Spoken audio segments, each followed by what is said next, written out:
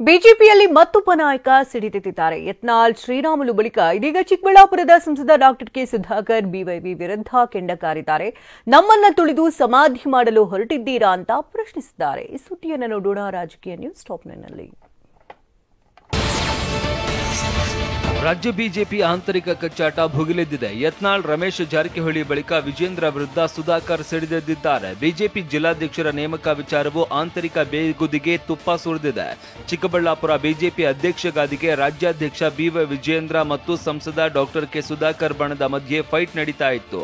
ಕೊನೆಗೂ ಜಿಲ್ಲಾ ಅಧ್ಯಕ್ಷಗಿರಿ ಬಿವೈ ವಿಜೇಂದ್ರ ಬೆಂಬಲಿತನಿಗೆ ಧಕ್ಕಿದೆ. ಇದೇ ವಿಚಾರಕ್ಕೆ ಚಿಕ್ಕಬಳ್ಳಾಪುರ ಬಿಜೆಪಿ ಕೊತ ಅಂತಿದೆ. ಯತ್ನಾಳ್ ರಮೇಶ್ ರಾಮುಲು ಬಳಿಕ ಸುಧಾಕರ್ ಕೂಡ ವಿಜೇಂದ್ರ ರಾಜ್ಯಾಧ್ಯಕ್ಷ ಸ್ಥಾನದ ಬಗ್ಗೆ ಆಕ್ಷೇಪ ಎತ್ತಿದ್ದಾರೆ. ವಿಜೇಂದ್ರ ಒಂದೇ ಸಲ ಪಕ್ಷ ಮುಗಿಸಲು ಹೊರಟಿದ್ದಾರೆ. ವಿಜೇಂದ್ರರದ್ದು ದ್ವೇಷದ ರಾಜಕಾರಣ. ಅವರಿಗೆ ಎಸ್ ಬಾಸ್ ಜಿ ಹುಜೂರ್ ಅನ್ನೋರು ಬೇಕು. ವಿಜೇಂದ್ರಗೆ ದರ್ಪ ಅಹಂಕಾರ ಇದೆ ಅಂತ ಸುಧಾಕರ್ ಸಮರ ಸಾರಿದ್ದಾರೆ. ವಿಜೇಂದ್ರರನ್ನ ಅಧ್ಯಕ್ಷ ಸ್ಥಾನದಿಂದ ಬದಲಿಸಬೇಕು ಅಂತ ಒತ್ತಾಯಿಸಿದ್ದಾರೆ.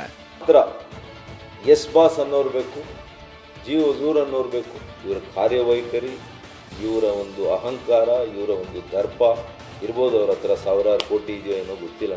ಇವರನ್ನು ನಾನು ಆಗ್ರಹಪೂರ್ವಕವಾಗಿ ಕೇಂದ್ರ ಇವ್ರ ಧೋರಣೆಯನ್ನಾದರೂ ಬದಲಾಯಿಸಿ, ಸರಿಪಡಿಸಿ, ಇಲ್ಲ ಇವರನ್ನೇ ಬದಲಾಯಿಸಿ ಅಂತ.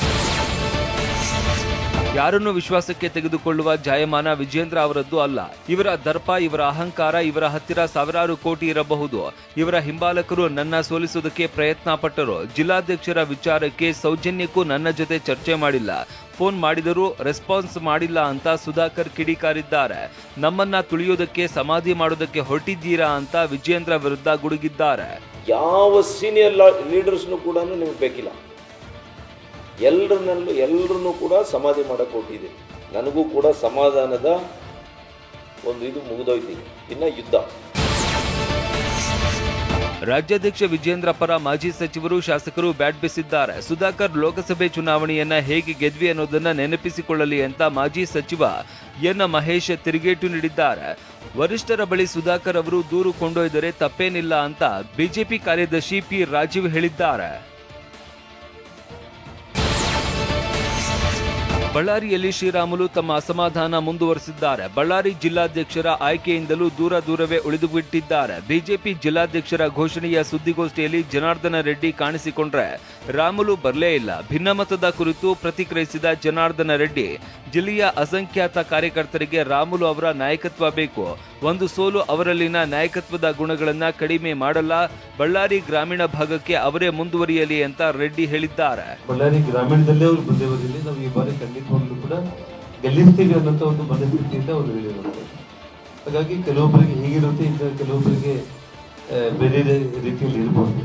ಅದೆಲ್ಲವನ್ನೂ ಕೂಡ ನಿಭಾಯಿಸಿಕೊಂಡು ಶಕ್ತಿ ನನಗೆ ವೈಯಕ್ತಿಕವಾಗಿಯೂ ಇದೆ.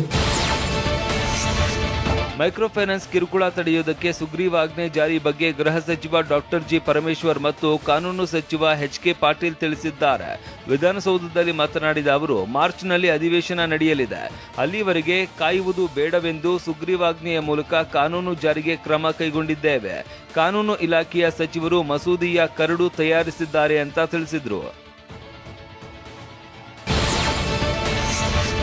ಖರ್ಗೆ ಅವರೇ ಈ ದೇಶದ ಕಾಂಗ್ರೆಸ್ ಅಧ್ಯಕ್ಷರು. ಆದರೂ ಅವರು ಕರ್ನಾಟಕದಲ್ಲಿ ಯಾಕೆ ದಲಿತರನ್ನ ಕಾಂಗ್ರೆಸ್ನವರು ಸಿಎಂ ಮಾಡಿಲ್ಲ ಅಂತ ಬಿಜೆಪಿ ನಾಯಕ ಗೋವಿಂದ ಕಾರಜೋಳ ಪ್ರಶ್ನಿಸಿದ್ದಾರೆ. ಕರ್ನಾಟಕದಲ್ಲಿ ಬಿಜೆಪಿ ಸ್ಪಷ್ಟ ಬಹುಮತ ಬಂದಿಲ್ಲ. ಹಾಗಾಗಿ ನಮ್ಮಲ್ಲಿ ತಾಂತ್ರಿಕ ಸಮಸ್ಯೆ ಇದೆ. ನಮ್ಮ ಪಕ್ಷದಲ್ಲಿ ಇವತ್ತಲ್ಲ ನಾಳೆ ದಲಿತರನ್ನ ಮುಖ್ಯಮಂತ್ರಿ ಮಾಡ್ತಾರೆ ಅಂತ ಕಾರಜೋಳ ಪ್ರತಿಕ್ರಿಯಿಸಿದ್ದಾರೆ. ಮಹಾಕುಂಭಮೇಳದಲ್ಲಿ ಸಂಭವಿಸಿದ ಕಾಲ್ತುಳಿತದಲ್ಲಿ ಮೃತಪಟ್ಟವರಿಗೆ ಮುಖ್ಯಮಂತ್ರಿ ಸಿದ್ದರಾಮಯ್ಯ ಸಂತಾಪ ಸೂಚಿಸಿದ್ದಾರೆ. ಕಾಲ್ತುಳಿತದಲ್ಲಿ ಹಲವರು ಮೃತಪಟ್ಟ ಸುದ್ದಿ ತಿಳಿದು ದುಃಖವಾಯಿತು ಅಂತ ಟ್ವೀಟ್ ಮಾಡಿರುವ ಸಿಎಂ, ಕಾಲ್ತುಳಿತದಲ್ಲಿ ರಾಜ್ಯದ ಕೆಲವರು ಗಾಯಗೊಂಡಿರುವ ಮಾಹಿತಿ ಇದೆ. ಎಲ್ಲರನ್ನೂ ಕ್ಷೇಮವಾಗಿ ಕರೆತರುವುದಕ್ಕೆ ಅಧಿಕಾರಿಗಳನ್ನ ನಿಯೋಜಿಸಿದ್ದೇವೆ. ನಮ್ಮವರ ರಕ್ಷಣೆಗೆ ಸರ್ಕಾರ ಎಲ್ಲ ರೀತಿಯ ಪ್ರಯತ್ನವನ್ನು ನಡೆಸ್ತಾ ಇದೆ ಅಂತ ಹೇಳಿದ್ದಾರೆ. ಪ್ರಯಾಗ್ರಾಜ್ ಮಹಾಕುಂಭಮೇಳದಲ್ಲಿ ನಾನು ಭಾಗಿಯಾಗಿದ್ದೆ. ಕಾಲ್ತುಳಿತದಂತಹ ಘಟನೆಗಳು ಎಲ್ಲೂ ಕೂಡ ನಡೆಯಬಾರದು ಅಂತ ವಿಧಾನಸಭೆ ಸಭಾಧ್ಯಕ್ಷ ಯುಟಿ ಖಾದರ್ ಹೇಳಿದ್ದಾರೆ. ನಾನು ಹೋದ ಸಂದರ್ಭದಲ್ಲಿ ನಮಗೆ ವಿವಿಐಪಿ ವ್ಯವಸ್ಥೆ ಕಲ್ಪಿಸಿದ್ರು. ಈಗ ಯಾಕೆ ಆ ಘಟನೆ ಆಯ್ತೋ ಗೊತ್ತಿಲ್ಲ. ಕನ್ನಡಿಗರ ರಕ್ಷಣೆಗೆ ರಾಜ್ಯ ಸರ್ಕಾರ ಸಂಪರ್ಕದಲ್ಲಿ ಇದೆ ಅಂತ ಮೈಸೂರಿನಲ್ಲಿ ಯುಟಿ ಖಾದರ್ ಹೇಳಿದ್ದಾರೆ.